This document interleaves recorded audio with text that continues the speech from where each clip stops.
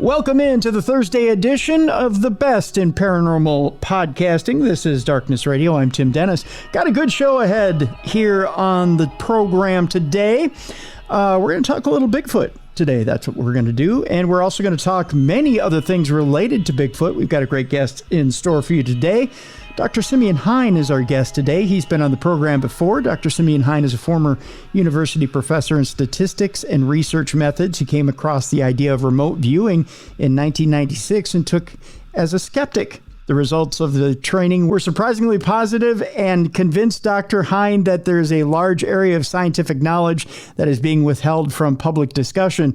Subsequently, he established a nonprofit institute for resonance and began teaching remote viewing classes in Boulder, Colorado, and continues to teach online. He also became interested in the topics of crop circles, unexplained aerial phenomena, and extraterrestrials. Today, we'll be talking about if Bigfoot is an ancient primate or an undiscovered human, why the creature is seen around balls of light and other paranormal phenomena, and we'll be getting into some other topics as well. Let's welcome into Darkness Radio, Dr. Simeon Hein. Once again, thank you, Dr. Hein, for being with us yet again here on Darkness Radio. Yeah, thank you, Tim. Thanks for having me today. Thanks for that great introduction. Well, again, thank you for being here. I guess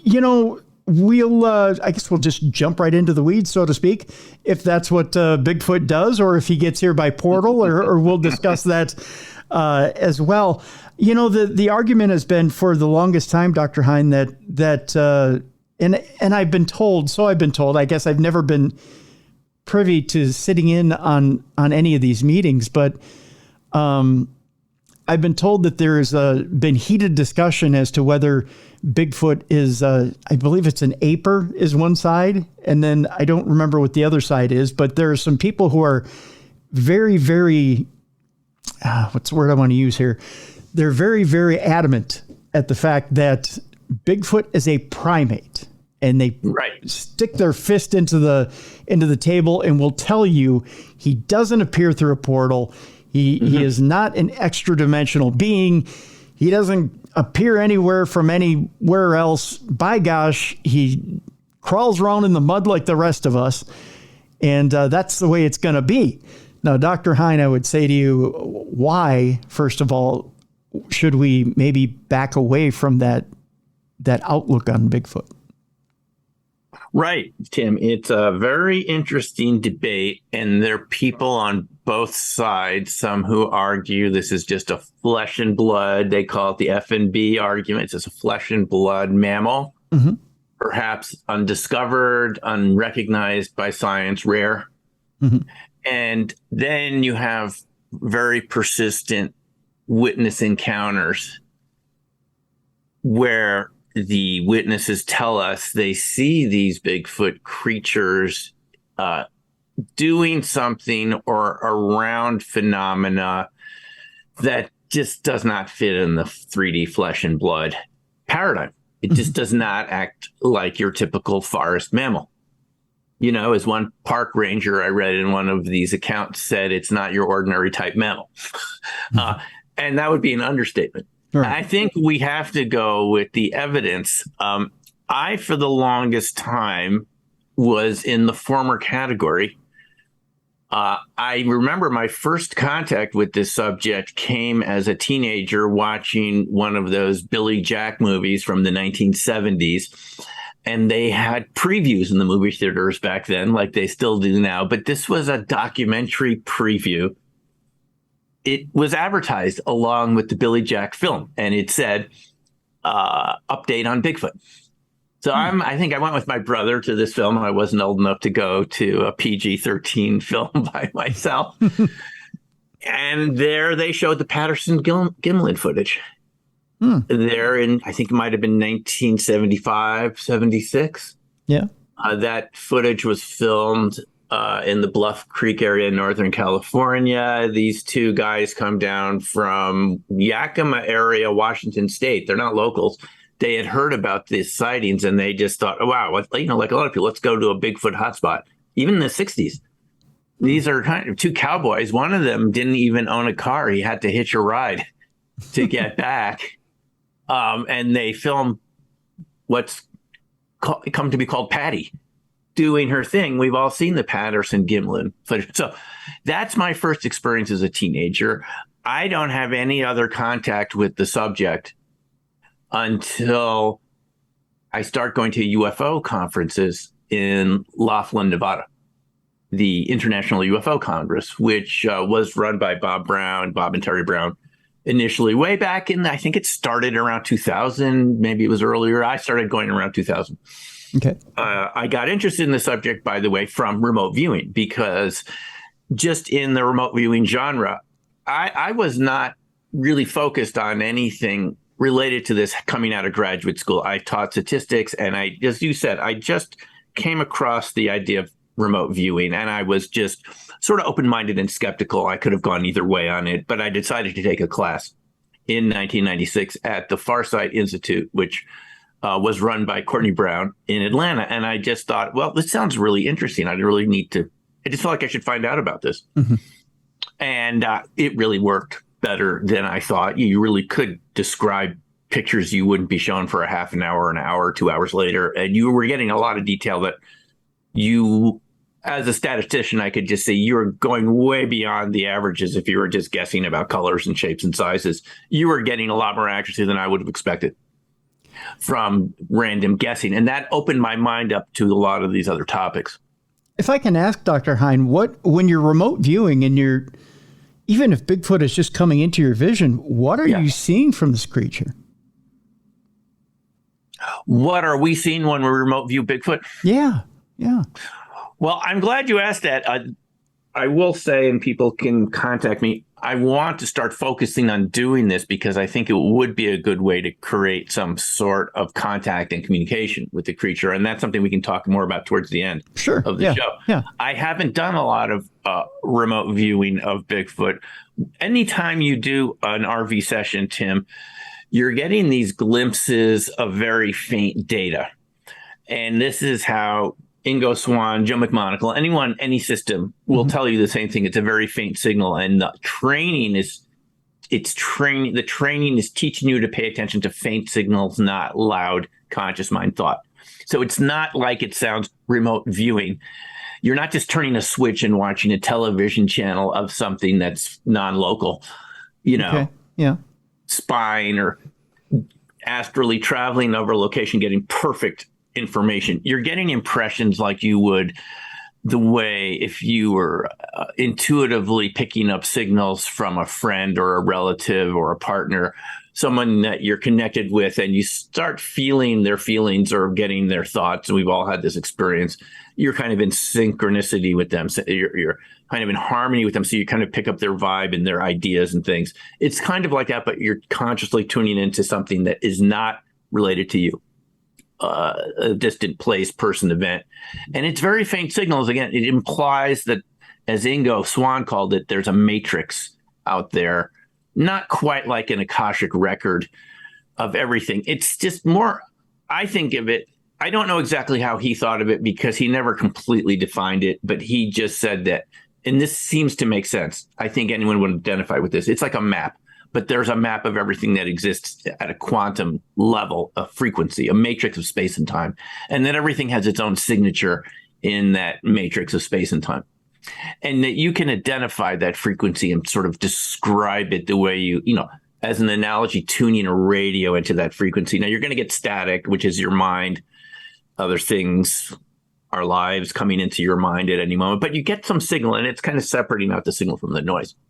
And it was that introduction to that in 1996 that showed me there was something else going on that I hadn't been taught about in school. And, we've all been to school, high school or college. In my case, I went all the way through graduate school. That was 27 years of continuous education, no time off, from kindergarten to PhD. That's how long it took me to go from kindergarten to PhD. Wow. 27 years. Jeez. Yeah, long time. Nobody ever once talked about this anywhere in those 27 years, not to mention any of these other topics that we're talking about here on the show today. Yeah. They only mentioned UFOs and Bigfoot in a kind of, I would hear high school teachers talk, just occasionally mention this. And keep in mind, I grew up near the Hudson Valley.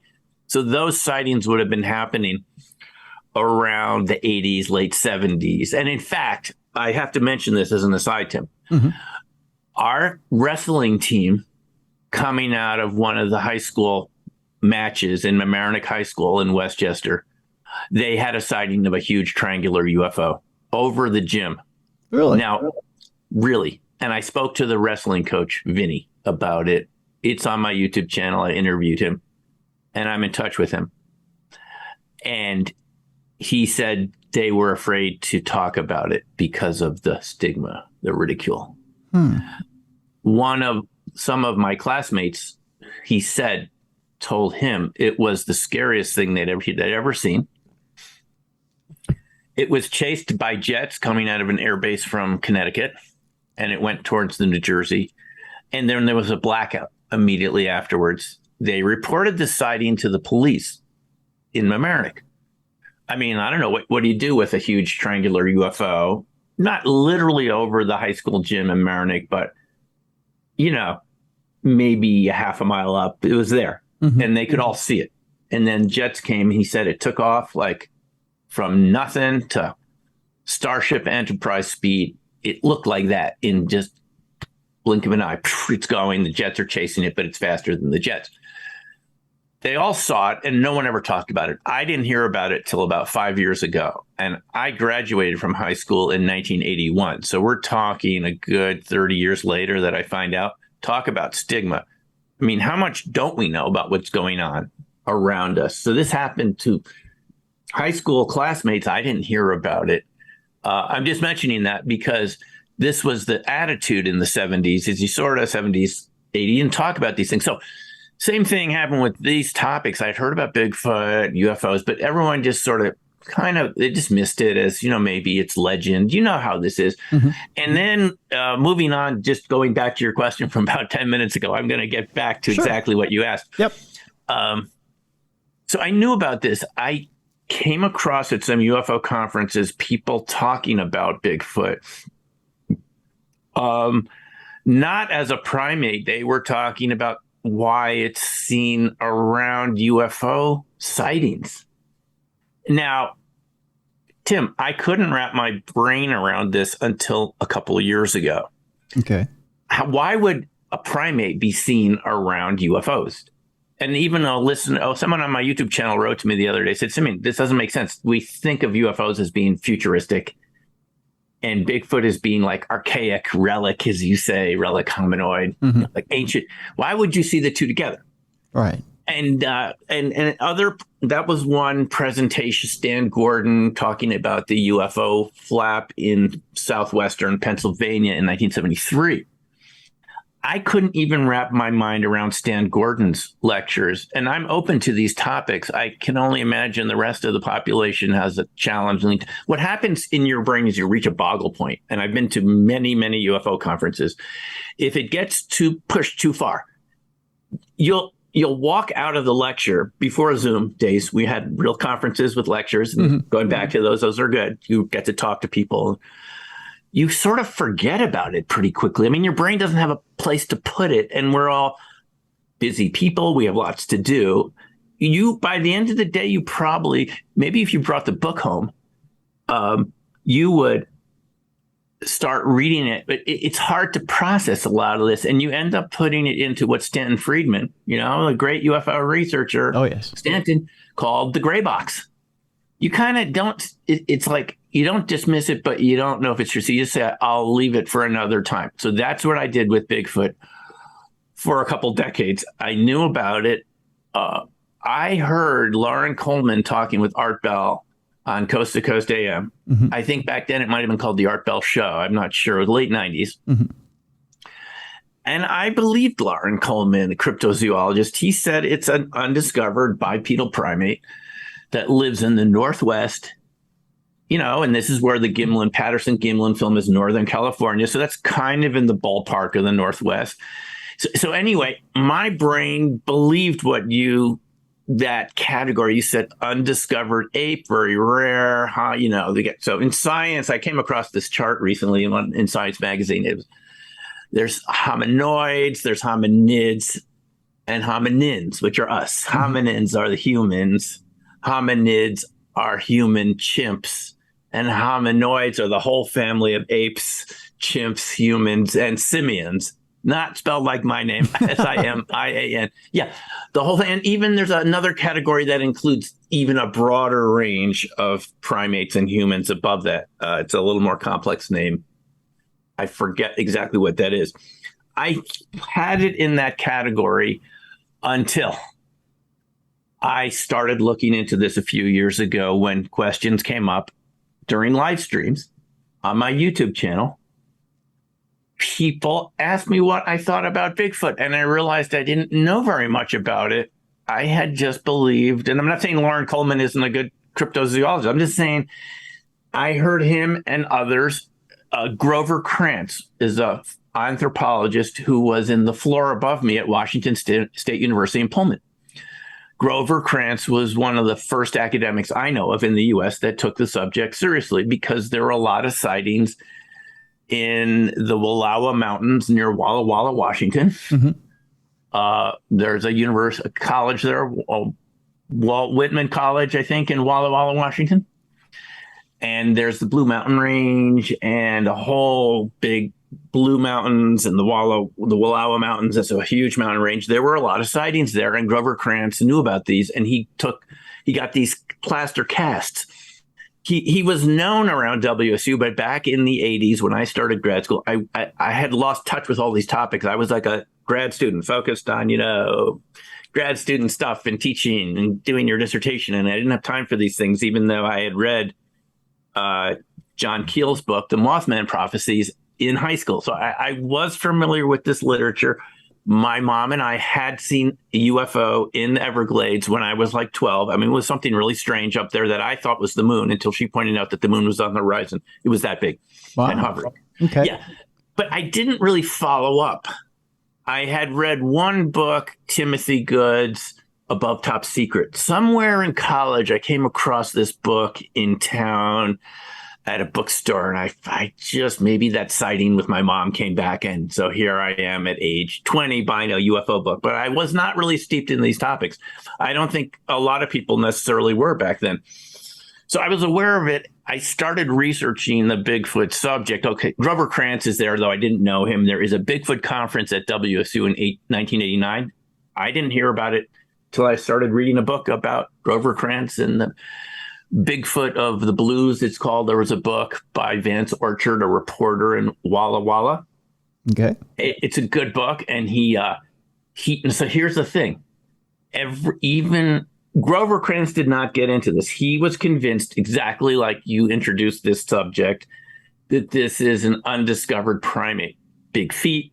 We have sightings of it. Looks like a primate when it walks around. Except if you start reading the literature, there's reports of things that don't fit that description. Mm-hmm. It's very tempting to use these categories we've been taught by science, and as people in academic departments want to be accepted by their peers, you read reports of UFOs in these areas, the Bigfoot seemingly gliding, sliding, teleporting, things like this. The more you read into this, Tim, the more you see that there aspects of Bigfoot that we could call paranormal. We could call it, like Ron Moorhead, the quantum Bigfoot. When you start looking at the evidence beyond Grover Krantz and Jeff Meldrum and other anthropologists, the witnesses say the Bigfoot creatures and other cryptids do things that don't fit the 3D model. They teleport. They vanish in front of your eyes. They're around balls of light. They cause brain fog. They cause time slips. So the more you research this subject, the more you're going to see it doesn't fit the flesh and blood model, that we're dealing with something else. Is there a need, and let me ask you this, Dr. Hein, is there a need psychologically for us to put it in a flesh and blood model? Because for our human mind, we need to relate to it in a flesh and blood model. We need to be able to say, hey, I need to be able to go up to it, poke it, and say, you know what, this is something I can relate to. Much like, let me put it this way, much like we need to look up in the sky and see that UFO craft and know that it's three-dimensional. Right. I think we've always assumed that a strange craft or an alien craft doesn't come through a portal when it comes here. It's flown from a distant planet. It's come here, and it is solid, and it's going to land in front of me, and I'm going to be able to go up, touch that craft, and I'm going to be able to go up and touch that alien being. Do we think too much in the literal 3D sense when it comes to these creatures? Yeah, and there's a German phrase I would say in response to you, Sie haben der Schwerpunkt gefunden, which means you found the central point. Okay. That is the essence of all of this. Exactly what you're saying.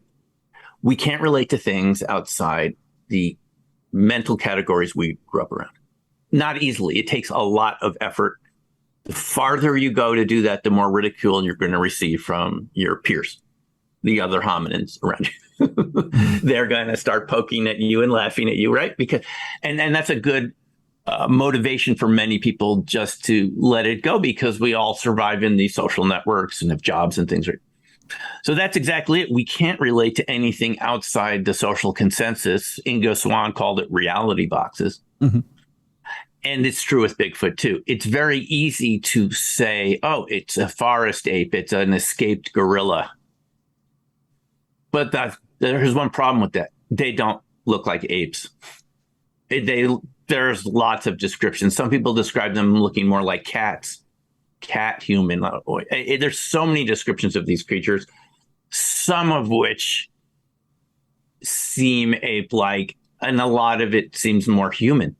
Mm-hmm. And a lot of these researchers have gone kind of along your line of thinking. They started thinking it was a relic primate. Relic being from way back, Gigantopithecus blackie, which was known to be in Asia. I don't know if any of those fossils have been discovered here. It's not clear that it ever walked on two legs, but it was big, big, huge primate. Yeah, I think maybe up to 1,000 pounds. That would sort of fit. But Bigfoot doesn't look like that. You talk to witnesses and they say it looks more like a human. Sometimes it looks very human. And then sometimes it looks more dog-like, and then sometimes it looks more cat-like, which suggests different species. And yes, if we don't have a category in our brains to fit it into, it's increasingly challenging in any science topic. Now, let me go back to an example of this 200 years ago. Meteorites. Science didn't believe in meteorites. It didn't fit Aristotle's ideas. It didn't fit the ideas of the Catholic Church. So it was meteorites around the 1800s were considered to be peasant folklore. Peasant folklore. Peasants would describe seeing them coming out of the sky. We've all seen meteorites. Mm-hmm. That was considered folklore. It wasn't something that the urban scientists would see in London or Paris or Berlin. And they were considered to be volcano stones. That somehow some volcano somewhere had thrown it up and it was coming down. The other explanation being lightning strikes on stones, which would throw them in. And that was what the mind of scientists back then, they were called natural philosophers. That's all they could understand until it was outweighed by the evidence. There were scientists studying this, Jean-Baptiste Biot and Ernst Chladni, who made the meteoric argument, and they were severely ridiculed to the point where the French Academy of Sciences declared meteorites illegal, and they were confiscated from every museum across Europe. This is before there were museums in the US. All the meteorites were thrown away in the trash. So what does that tell us about mindset? Until there was a huge meteoric event in Eagle, France in 1804, where hundreds, I think, fell over an area that formed an oval. And when they looked at this, they said it's consistent with them falling from the sky, and all of a sudden it became real. Mm-hmm. And this is true with all of these topics. So Tim, it is really a good point. It's we have these categories. Now, here are the two categories here. Primate, relic primate, that's easy. And academics could argue this, people say it's UAP, it's not extraterrestrial. Find some sort of unexplained aerial phenomena. That even meteorites, it could be unexplained aerial phenomena. It's not as controversial. It allows congressmen and senators and scientists to talk about this without feeling like they're not going to get reelected. It's not going to hurt their career, right? Now, at the other end, Tim, people say it's woo. They use the word woo, whatever that means, which means quantum or something like that. Okay, if you want to think that quantum mechanics is woo, that's okay. But at this point, it's already 100 years old. Einstein and Satyendra Bose proposed the Bose-Einstein condensate, a quantum macroscopic object, 100 years ago. This is not really that new. Right. So if you want to say that quantum mechanics is woo or anything not flesh and blood, okay, but look, it's science. And this is the thing, where does this fit in? So let me jump to the punchline here. Sure. People that have studied this, and I've gone to a couple Bigfoot conferences now, some of them are not far from Boulder, Bailey, Colorado. People who've been studying this even as long, Tim, 50 years. In the case of Igor Bortsev, a former political scientist from Russia, Soviet Union, got interested in Bigfoot. They have Bigfootology in Russia. He concluded, as many others do, it's a paranormal human because of the witness reports. And I would say to our listeners, you have to go with the evidence. It's very important to stick with what the evidence shows us. The evidence shows us a paranormal creature that can do things that a flesh and blood creature just doesn't do. And this is what these researchers said. They started with the primate. They went undiscovered human, and where they're at now is paranormal human.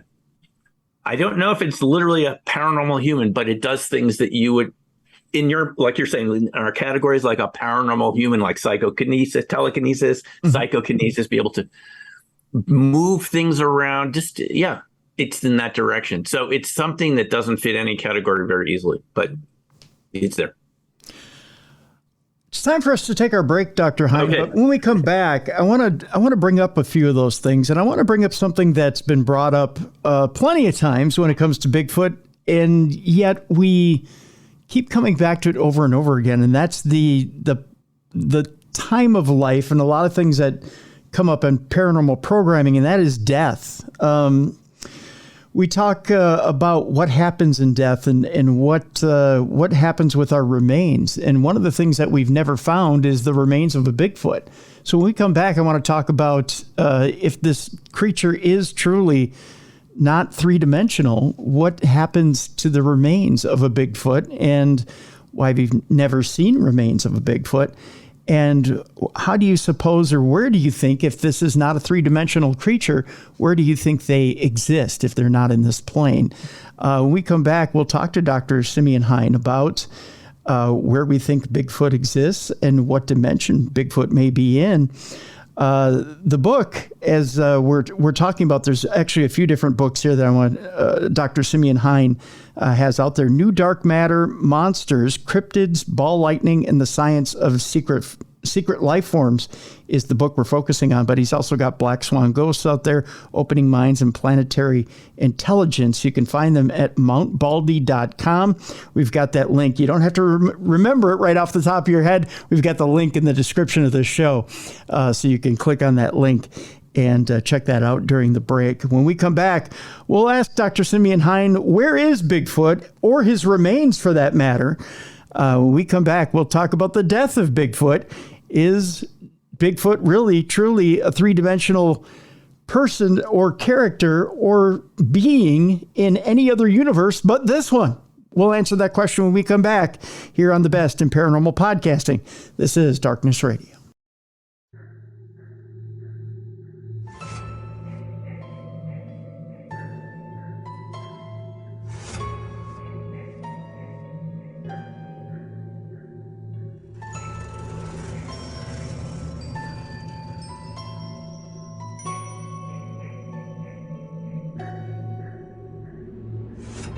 Welcome back to the Best in Paranormal Podcasting. This is Darkness Radio. I'm Tim Dennis. We are talking Bigfoot today with Dr. Simeon Hein. We're talking about whether Bigfoot's an ancient primate or an undiscovered human, and why that creature is seen around balls of light or other paranormal phenomena, such as UFO. When we last left you, we were talking about Bigfoot himself, and we were talking about different life cycles. And of course, part of the life cycle is death. And Dr. Hein, when we left people at the break, we were talking about remains. In the death cycle for us, we, of course, leave our bodies behind. And being that we don't know if Bigfoot is a three-dimensional person or character, We don't know if Bigfoot leaves behind remains, whether it be in this plane or in another plane. And if Bigfoot is coming through to this plane through a portal, obviously there's got to be another dimension that Bigfoot is coming through. Do you think that Bigfoot leaves remains somewhere, whether it be in this dimension or the next? Right. No, it's a good question. Bigfoot definitely leaves physical imprints on our world. I mean, people have seen them chasing deer, chasing elk. We find these animals killed in very strange ways when the Bigfoot are there. I mean, it may seem a little morbid, but their heads are twisted around in ways that, would be impossible for us to do. Just dismembered in ways that would take extraordinary amounts of strength.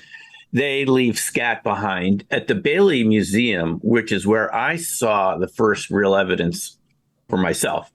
Bailey, Colorado, there's the Sasquatch outpost. Mm-hmm. And as I write about in Dark Matter, monsters, I mean, that's sort of what catalyzed my interest in the topic, was seeing this map where people had put pins in and told of their experiences to Jim Myers and other people who work at Sasquatch Outpost all around the Colorado area. I didn't realize they were so close, just in some cases 5 or 10 minutes from where I live, the sightings, or wood structures or tree sounds and all that. There's scat. There is like a 40-inch long turd, which would not be from any bear or anything else. If you've been out in the forest, you know what animal scat looks like. Yeah. Yep. If you're a hunter or just like myself, a hiker, just enjoy being outside and in nature, in places where the animals are in their natural habitat, you know what scat looks like. Mm-hmm. Well, I've never seen any scat that's this long and continuous. And so they do leave physical remains behind. They sometimes leave things for people. People get into these habituation gifting relationships with them. If you read the literature in a Bigfoot area, and it happens in your state too, where people decide to leave apples out for them. They like peanut butter, sweet things that they can't find in their environment when they're here. And the Bigfoot creatures will leave, they're relational. They will leave things in return. Mm-hmm. And they can get angry, apparently, if you stop feeding them, too. Just like any other animal, they're not happy with that. So there's a physical aspect to them, not leaving out even all the stories where people have been picked up by them from their sleeping bags, tents, things like this. In fact, I know one gentleman that this happened to. I didn't put this in Dark Matter Monsters because he was very reluctant to tell me the story, where he was pulled out of a tent camping by himself up in Nederland, not far from here in the mountains, and he was pulled out of the tent at 2 a.m. by something that was extremely strong and fast. There were no people camping around, and you and I know you do not know human is going to just go into someone's tent unless you're cuckoo, because people are armed out here. You could be shot very quickly. Yeah. If you do that to my tent, you're probably going to get shot. I mean, anyone who spends time out in the woods, you just will not go up to someone's tent in the middle of the night and start poking around. But these creatures will do this, and they've been known to pull people out of tents, to pull the whole tent up. And this happened to him. He was scared to be Jesus out of him. He finally told the story to me after 20 years. Well, this has happened to other people where they've been picked up. Now, this is the interesting thing, Tim, and I'll get back to the answer to the question in a second. Sure. And I've been reading a lot of these stories. You can find these books on Amazon, various authors who've written books that purport to be true accounts of people's encounters. They just say they've assembled. You've probably come across these encounters that people have had. And there's different authors that cover different regions, Tom Lyons, Rusty Wilson, others. Now, I've read many of these now, and it's very interesting to compare the stories that people have, because they really seem to me, I can't prove it, but they really seem like genuine encounter stories from national park rangers, campers, and people, because some of them are very mundane. If you were writing stories, I think you would make them even more interesting, but some of them are they fit what we know from decades of experience. One person said when they were camping with their girlfriend on Mount Rainier in Washington State, in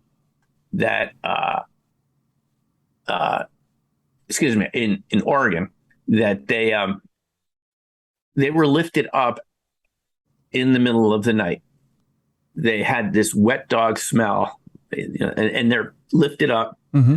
Now, this is what the person said, which we'll get back to your question immediately here. Okay. He said it didn't feel like what carried him was walking. It felt like gliding. There were no footsteps. Weird. He didn't feel a physical thing until the creature jumped across a small ravine about 5 feet across and then came down on the ground, and the guy's neck kind of snapped and he was sore for about a month afterwards. But he said while they were just going, there was no up and down movement and no footsteps, no sound, silent.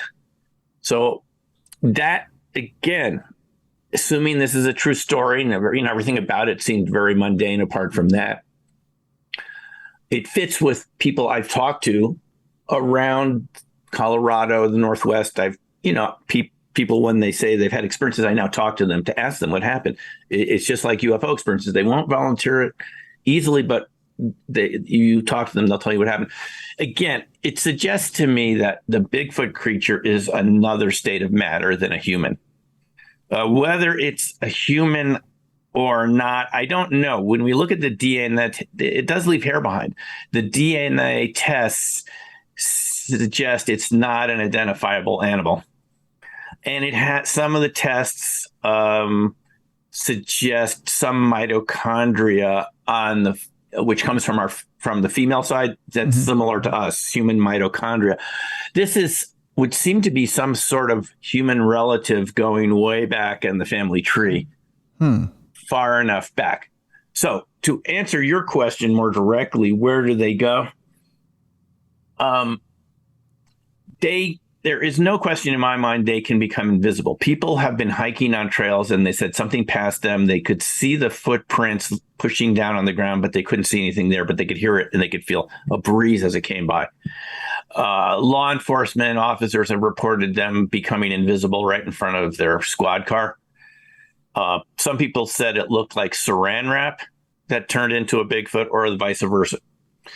So the question is, when they're in that invisible mode, they would seem to be in our reality, but in a different state of matter. And in dark matter monsters, I go into this in terms of what's called coherent matter. Past the ordinary states of matter we're used to, solids, liquid, gases, or even plasmas like your fluorescent bulbs and lightning and plasmas out in the galaxies that emit light, ionized dust and so forth. There's a fifth state of matter, a self-organized state of matter past the plasmas, which is ball lightning and macroscopic quantum objects, where the particles are really intensely entangled and they can glow at room temperature. It's not like a candle, it's giving off heat. It's a room temperature object. We mentioned the Bose-Einstein condensate at the beginning of the conversation. That's at 0 Kelvin. That's at absolute zero, very fragile. Ball lightning is persistent. It's at our temperature. And that's another state of matter. To me, there's this continuum of matter that we see in our reality, from very incoherent to very coherent. Ball lightning would be very coherent, and your ordinary light bulb would be much less coherent because it's giving off a lot of heat and it's different wavelengths. And ordinary matter, just the ordinary things around us, are less coherent. They're individualized. So it seems that Bigfoot and other cryptid creatures, including Dogman, which I think is more common in your neck of the woods. We get these stories of Dogman encounters in Minnesota, Michigan, Upper Peninsula up there. Yeah. And there's many other types of cryptids. We don't have to go into them here. They seem to be in a state of matter that can morph, that can cloak, that can teleport, based on the witness testimony. Now, let me just say one thing here. I know traditional academics would treat those stories as, it's just anecdotal, it's folklore. There's a lot of ways to discount it, but that's what they did with meteorites too. And that turned out to be really what they were, meteorites. So I'm going to take the position here. There's so many witnesses to this, and it's so consistent from one story to the next over 30 years. Go back to Ron Moorhead in the Sierra Sounds, which people can look up. Just look for Sierra Sounds on YouTube. Ron put up the sounds of what the creatures sound like when they're talking amongst each other or are communicating with you. The testimony is so consistent, I think we have to go past the point where we're just saying, oh, this is just anecdotes. It's too consistent just to be a subjective experience. I think people are reporting what's happening to them. They say they go invisible. So to get back to your question, Tim, is it still in our dimension or not? I would say it's a bit of both. And the only reason I can say that is because I've spent a lot of time studying theories of parallel realities, multiverses, going back to Hugh Everett III at Princeton, the grad student that came up with the many worlds idea, from quantum mechanics. I mean, he's just looking at the math and saying, look, there are these branching structures. There's no reason that anything should look like it looks in a fixed form. It has all these probabilities associated with it. It could be looking different. Everything you see around you could be different colors, different temperatures, different shapes in the Schrodinger wave function. He said there just could be different states of it, and you're only seeing one sliver of that reality. Yeah. So they could be in other branches that cross over. But to specifically go to your question of the remains, I would argue the remains have been found based on witness encounters I've read. And in every single case, the Forest Service or the Park Service has decided that it's just easier for them to bury the body than to actually have it be front page news. Because, look, you're dealing with Park Service employees who are not used to a lot of attention. They sort of like to go home at the end of the day and just chill. Mm-hmm. They're not people that seek attention who work in park services, national forest. They would be in other jobs if they wanted to be on radio and TV, right? Right. They like being out there because they don't want to be the center of attention. They like their jobs. And I'm not criticizing them. But based on testimony I've seen from Florida all the way over to Wyoming and Yellowstone National Park, what they tell the witnesses who've maybe struck one of these and killed them with their car, which is very rare, but does happen occasionally because somehow the Bigfoot seem to like to go in front of cars. They've been told what you saw was a bear. We're disposing of the bear. Even though the people said this did not look like a bear, it looked more human than bear. Like other people, they've just said, look, it's just, I've been told this happens in the Park Service. It's just easier to we don't want to deal with this. I think that's so. I guess the answer to your question, I might know I'm being a little long-winded about this. Again, going back to our idea that reality is partly a social consensus. Mm-hmm. Perhaps it's like the meteorites where they just decided, oh, that's just a stone. Let's throw it away. I think they did do this with the evidence for Bigfoot too. It's not that the bodies haven't been found. It's that it's not acceptable to have this for a variety of reasons. It's not career enhancing for the people that would have the evidence. So they choose to not publicize it. But does that mean that they don't go somewhere else? The other side of your question, as an interdimensional being, do they disappear? It's a good question. Yeah. I don't have the answer yet. I don't know, but I would just say I think there is physical evidence. I've read cases of people being on archaeological expeditions where they came across huge bones that looked humanish, but were way too big. The skulls were too big. Everything was too big. It literally freaked them out so much, they just told the rest of the crew on the archaeological dig, oh, I had a family emergency after. They don't even want to talk about it. This is not a subject that people are comfortable with. Let me just say that off the bat here. That I don't know if your impression is that, but mine is that people are not comfortable with this topic. And when they come across it, I don't know if it's something built into us, a fear of monsters or something. When people encounter this, even if it's on an archaeological dig, assuming these stories are true, there's something about it that we don't like. And we push it away. And I think that's what's going on with the whole topic, whether it's the National Park Service or just private people on digs or people that have come across the bodies occasionally. One more thing, Tim, people that have wanted to find the bodies don't seem to be able to do it. And these creatures are very good at staying hidden. No doubt about it. Avoiding you if they want to. But from what I've read, they can, in our reality, they can be killed by the same things that we're killed by: rock slides, avalanches, falling off cliffs and things like this. There's just a whole variety of encounters out there, and they're mortal. They can be mortal. And I have read one story where the person did come across these cairns where they saw the other Bigfoot had stacked the bodies.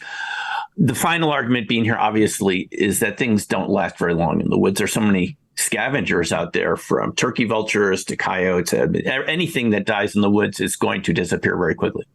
That's very true. I'll address one of the things you said, and that is, it seems like people want to kind of stay away from something like that. There are some people that run to it, maybe sometimes a little too aggressively. I'll bring up the example recently. I don't remember the gentleman's name. I apologize. Who, it was just a few weeks ago, put up a bit of a hoax as far as finding a Bigfoot skeleton. I'll put it in air quotes. And it turns out he hoaxed it with a gorilla skeleton, but it was so obvious that you could look at it and just go, that's a gorilla skeleton. That's not a Bigfoot skeleton. I want to say his name was like Joe Washington or something like that. It was, and he's wearing the Indiana Jones outfit, and you could just tell that he's farming for attention. There are the people who will take and do the traveling circus, and they're in it for the money, who want to try to exploit what they can to say that they've come across a Bigfoot carcass. Or you do hear the news stories of I'll say legislators that say, well, we should open up Bigfoot hunting season, or they'll take it to an extreme that they're looking for nothing but attention. Right. And those are the ones that are shooting so high that that it's nothing but hyperbole, because right. Very good point. Very good point. They just want the spotlight, knowing that they're never going to achieve what they're hoping to achieve. Right. It's so true. So I guess the happy medium is what we don't ever seem to achieve here. Tim, it's such a good point what you're saying. The people that seem to want the attention, you look at the evidence immediately, and you look at it, and it's just a person in a gorilla suit or something, and they're flying. It doesn't look at all like what witnesses report. It doesn't move. These creatures are fast. They can go over stump-filled, rock-filled areas like an Olympic runner. Again, they have this amazing ability, whether they're levitating or what they're doing. It's another form of matter in my view. But however they're doing it, it's true. The people that seem to want the attention, it's pretty clear that that's what they're doing. The cases that I look at are the people who don't want to use their names, who don't want any attention, and it's very difficult for them to repeat the stories because it's a little scary. Mm-hmm. And they prefer to forget about it. Yeah. That's my witnesses I've encountered have been scared by this, whether they're camping at night, people dozing in their trucks at a rest stop, and the creatures come up and walk around. They don't necessarily do anything that they can grab your truck. They can lift your vehicle off the ground, according to these reports, but they don't always do that. But just being around them, they instill a feeling of fear. I'm not sure if it's their intention or if just being around other states of matter. People around ball lightning, I just should say, have a fearful feeling. It's something about it's such a condensed, energetic state of matter. It just leads you to feel a little on edge. But these witnesses that I read are people who don't want attention, and you've never heard from them, and they don't want to use their name.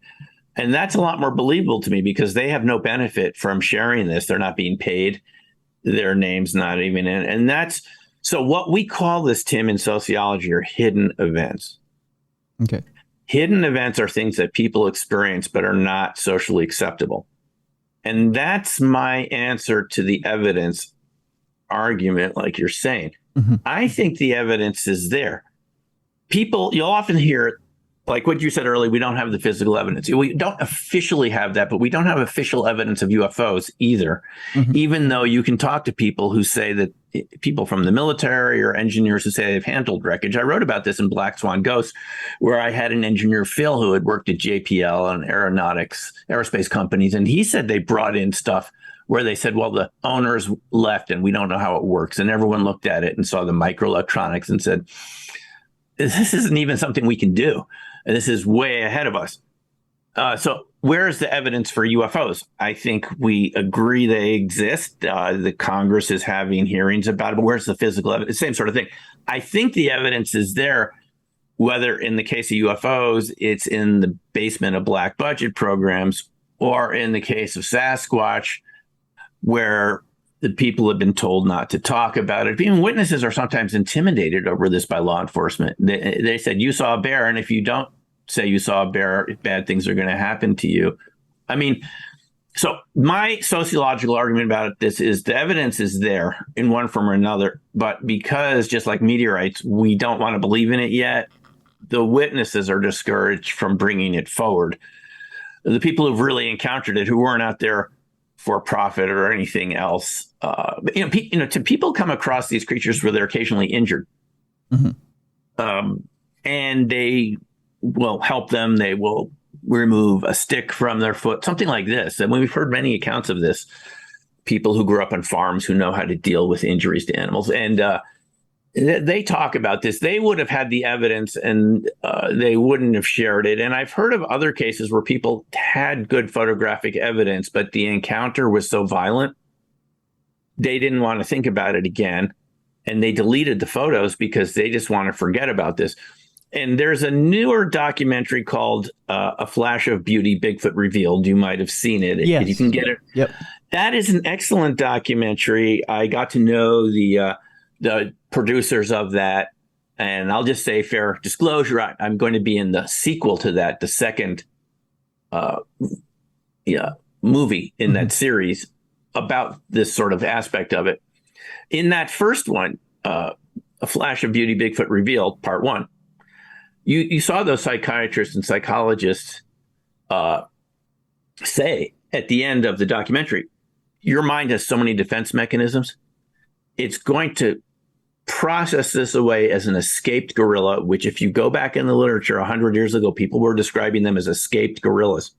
An escaped gorilla did this, escaped gorilla did that. This is how they did either wild men or escaped gorillas. Those were the two. This goes back hundreds of years. You will either, and I've seen the witness accounts from all over where they said it looked like an escaped circus animal. That's what they thought, because that's the only thing your mind can process. It's something huge, big, and hairy out there. Right. But there were no circuses around it. Or you're, as they said in the documentary, you'll literally have amnesia. You won't remember you had the encounter because, as you pointed out at the beginning of the interview here, it doesn't fit. And if it doesn't fit in your mind, I can see the evidence disappearing unless someone offered a huge reward. And I mean, there was some motivation, but people that go out looking for these do not seem to be able to find them. It's just people that did not want to find them that have the encounters. So I think our minds have these really strong self-defense mechanisms. And I'll just say, I have a friend who I hadn't seen in about 10 years come visit me in Boulder just so we could catch up. And she didn't think much of this Bigfoot topic. I told her about my book, Dark Matter Monsters, and she left and she told me later, she said, this is not for me. I heard you talk about it, but I just thought, okay, this is not real. She went back to her family's vacation condo in northern Arizona and started looking around. She started seeing tree structures, which she originally thought were made by Boy Scouts, though she never saw any Boy Scouts. Little teepees of stick structures. Yep. Weird sounds at night in the forest that her parents were told her, oh, those are just forest animals, but they were very loud. Strange smells of wet dog, skunk smells, and footprints. And when she started looking at it, she put it all together after visiting me here in Boulder. I didn't hear from her for 7 months because she got freaked out by it. She actually started having sightings. Oh, I bet. Yeah. They were dark shapes that she thought were shadows. You see how it works? Yep. Your mind is pushing it all away because it's not part of your reality. Maybe I would have even done this 10 years ago, even having heard Stan Gordon at a UFO conference, Kawani Lapsaritis. He talked about the quantum side, the interdimensional side, whatever you want. But I think for a lot of us, it's just like the UFO, UAP topic. Look how we're dealing with it in the federal government. It just came out yesterday on thehill.com. They said that Congress is now considering that this is not human UAPs. It's not us, not Russia. It's not China. It's not Jamaica. And it's not the U.S. who have these objects that move at 20,000 miles an hour. And they're saying what else is left? Well, it's non-human. So it's slow, but we had to call them UAPs. Maybe to talk about Bigfoot, Tim, we're going to have to relabel it. Maybe. as non-human hominin or something neutral that it doesn't have the emotional baggage and the fear factor. Right. Yeah. Yeah. That's what I think. I think we push these things away, and it's more people getting comfortable with the topic first before we see the evidence. So, okay, so I have a couple of different things to ask here. One, did your friend notice any UAPs at the same time that she was noticing different? Thanks for asking that. Yeah. Great question. So before I answer that specifically, let's go back to Stan Gordon. Okay. In Southwest Pennsylvania. People were seeing UFOs and cryptids, and then sometimes cryptids and UFOs in the same field. Okay. And Bigfoot and the whole thing. So why does it all seem to go together? Yeah. It's part of a larger reality of another state of matter. I could be wrong about this, but I mean, come up with a better explanation. If we're surrounded by other states of matter that we're not all familiar with, on that continuum, they're going to show up together, and you're going to start seeing things that exist in that type of parallel reality. It's when you go to a zoo, you don't just see giraffes. There's snakes there. There's different types of spiders sometimes. And when you go to the zoo, you see a lot of different types of animals. And when you switch frequencies in our reality, there's other things there that exist at that frequency. It doesn't necessarily mean they're inherently connected. It just means they're in that part of the zoo of reality. Mm-hmm. That's sort of how I think about it. Okay. Because these witness accounts, it's just like you're asking about my friend from Arizona. Mm-hmm. Yes, she did see UFOs around. In fact, that's what she was really interested in. She would send me videos of these. She put them on her YouTube channel for me to take a look at. And some of them look pretty UAP-ish to me. I mean, they're hovering. They're right below a cloud. What is that? It's sort of, we'd call it UFO, UAP. Her encounters with the Sasquatch start with talking to me about it, maybe like someone listening to the show right now, they're hearing about it. She starts looking around this area in northern Arizona, and then she starts seeing the tree structure. She starts noticing that she's been hearing howling sounds at night that she just assumed was some creature. The strange smells which people report around. It's hard to identify animal smell, not always a good smell. Sometimes people say it's the worst smell they ever smell. Yeah. For whatever reason. She goes and touches the tree structures. She goes out in the woods and starts looking at them, what she thought were Boy Scout little experiments or practice. That's kind of brave, but okay. Yeah, and this is what she thought triggered all of what happened next to happen. She felt like those tree structures are like an antenna system for them to detect people moving around the forest, other Bigfoot, or maybe us moving around. Like a sensor system. Yeah.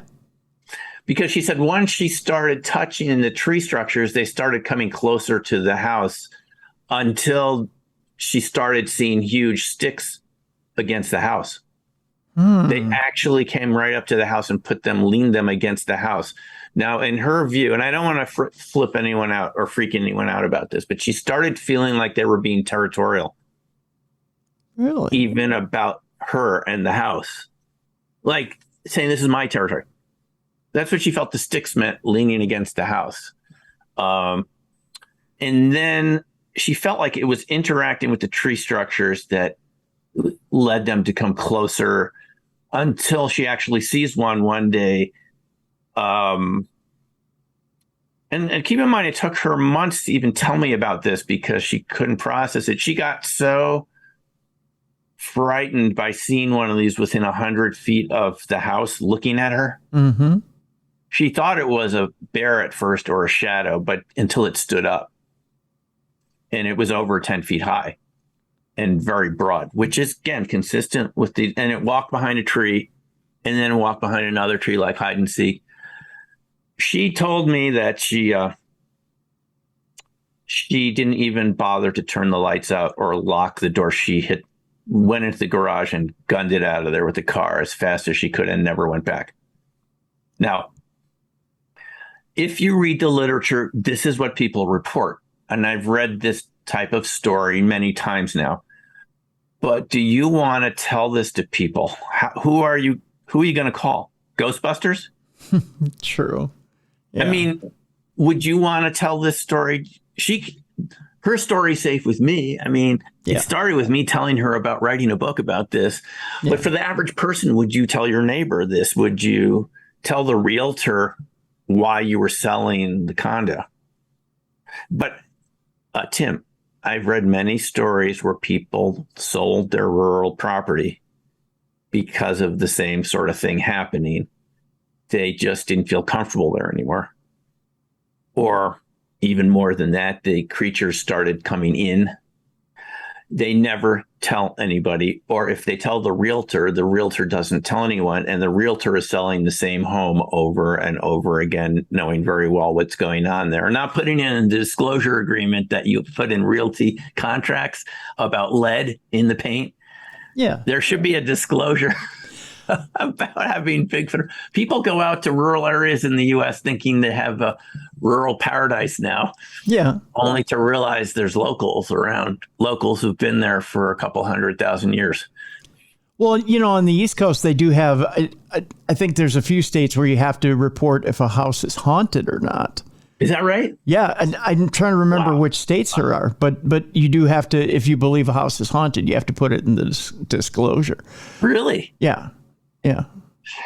Oof, that's fascinating. I mean, so that's sort of saying hauntings are real empirically if it's in a realty disclosure. Yeah. Real estate contract. Yeah, this is not a topic we discuss very openly. I think we're going to need to have a conversation like this, just like we do with UAP. I mean, I have a petition on change.org. If people go to darkmattermonsters.com, I have the link to the petition. And it's just saying that these creatures should be federally recognized as some sort of life form. They should be given some basic protections as we would anything intelligent or even like a human, whatever they turn out to be. Because we need to have a national conversation about this. It's not just UFOs and UAPs. It's cryptids and Bigfoot. And the reason we need to have a conversation is some of these encounters become violent one way or another. People can start shooting. The Bigfoot can retaliate. They can be very helpful if they get along with the people. They can rescue people in dangerous situations. I've read about this multiple times. Where they can put a car back on the road. They seem to know what to do. Mm-hmm. They're close enough to us that they know the situations we're in. They can be extremely helpful. They can pull children out of rapids and streams. They can rescue canoers who overturned in their canoes or their kayaks. And they can also be hostile.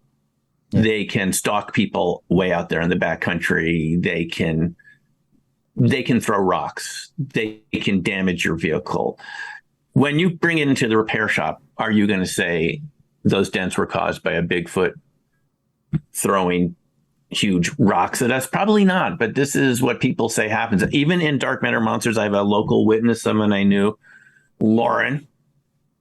And she told me I could use her first name. I mean, she was walking up in Estes Park. She said a huge rock came between her and her friend walking behind her. It knocked her friend over from the wind velocity.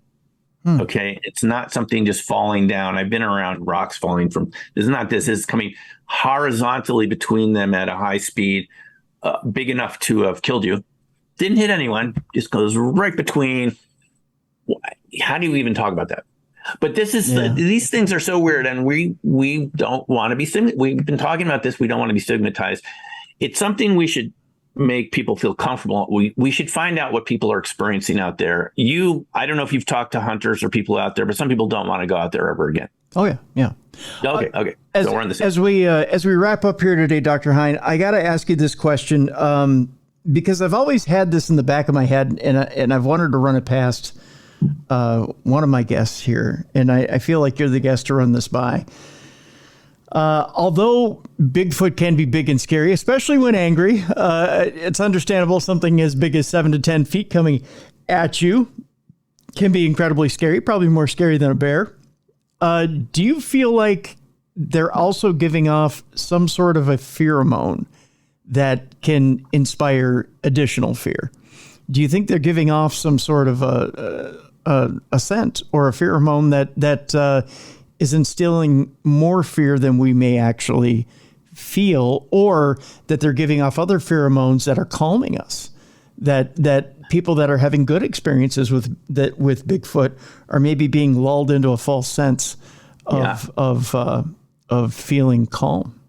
Like literally a fear moan or a happy moan. Yeah, exactly. Yeah. Yeah. Well, it's definitely a good question. When they want to calm people down, they're very good at that. And they can really create agitation just by their presence can create an agitation. Yeah. And that's a very good question. Is it their frequency? Is it something there? Are we primed to smell something like a prey would? Mm-hmm. It's a very good question. I don't know the answer to that, but it's certainly both types of experiences. And when they want to create terror, they can turn it on. Well, and when they just want to play around, and like Ron Moorhead had many encounters up at the Sierra camp. I interviewed him. It's on my YouTube channel this year. But he didn't feel anything intimidating, not once from them. They would make loud sounds. They would make it seem like they were taking the camp apart, but they would go outside, Ron and his colleagues in their structure, and nothing had been touched, but it looked like metal was hitting metal, everything. They can mimic, they can create mimicry. They can sound like your dog or your relative talking to you to lure you away from where you are. I mean, they're really smart. They're extremely intelligent. People like Ron say they never had one intimidating experience. He had a couple strange things happen here and there, but he never felt threatened. And yet, and that was with, I think, 9 encounters starting from the 70s to recently, when the last time they had. So it's a whole range of experience. Whether they're deliberately doing this or not, I don't know. But I mean, you read encounters from people, and it's such a variation. It's really hard to wrap your mind around it. You're on their good side. They're going to be helpful. People report them being very useful sometimes, even taking them out of dangerous situations, windy storms and things. And then other times they can really seem hostile to the point where you want to get out of there as quickly as possible. Right.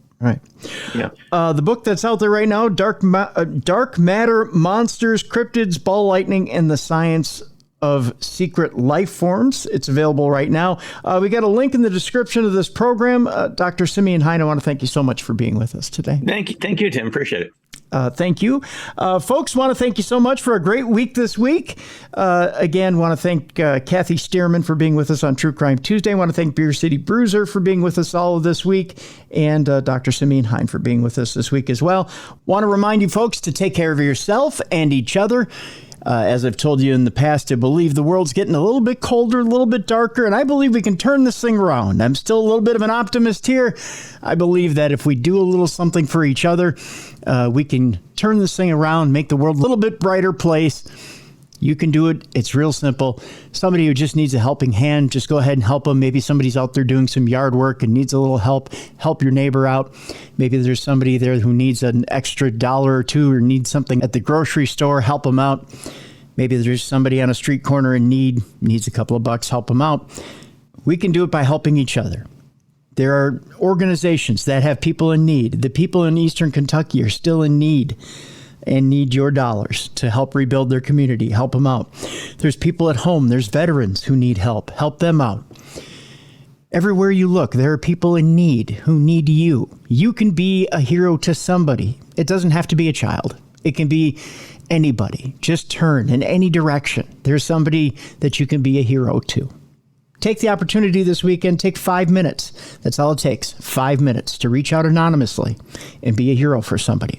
I believe that if each one of us just does a little part, we can be a hero to somebody and we can turn this thing around and we can work together. That's the thing. Today, we're just not working together. If we work together, we can turn this thing around. We can make it a better place and leave it better than we found it for our future generations.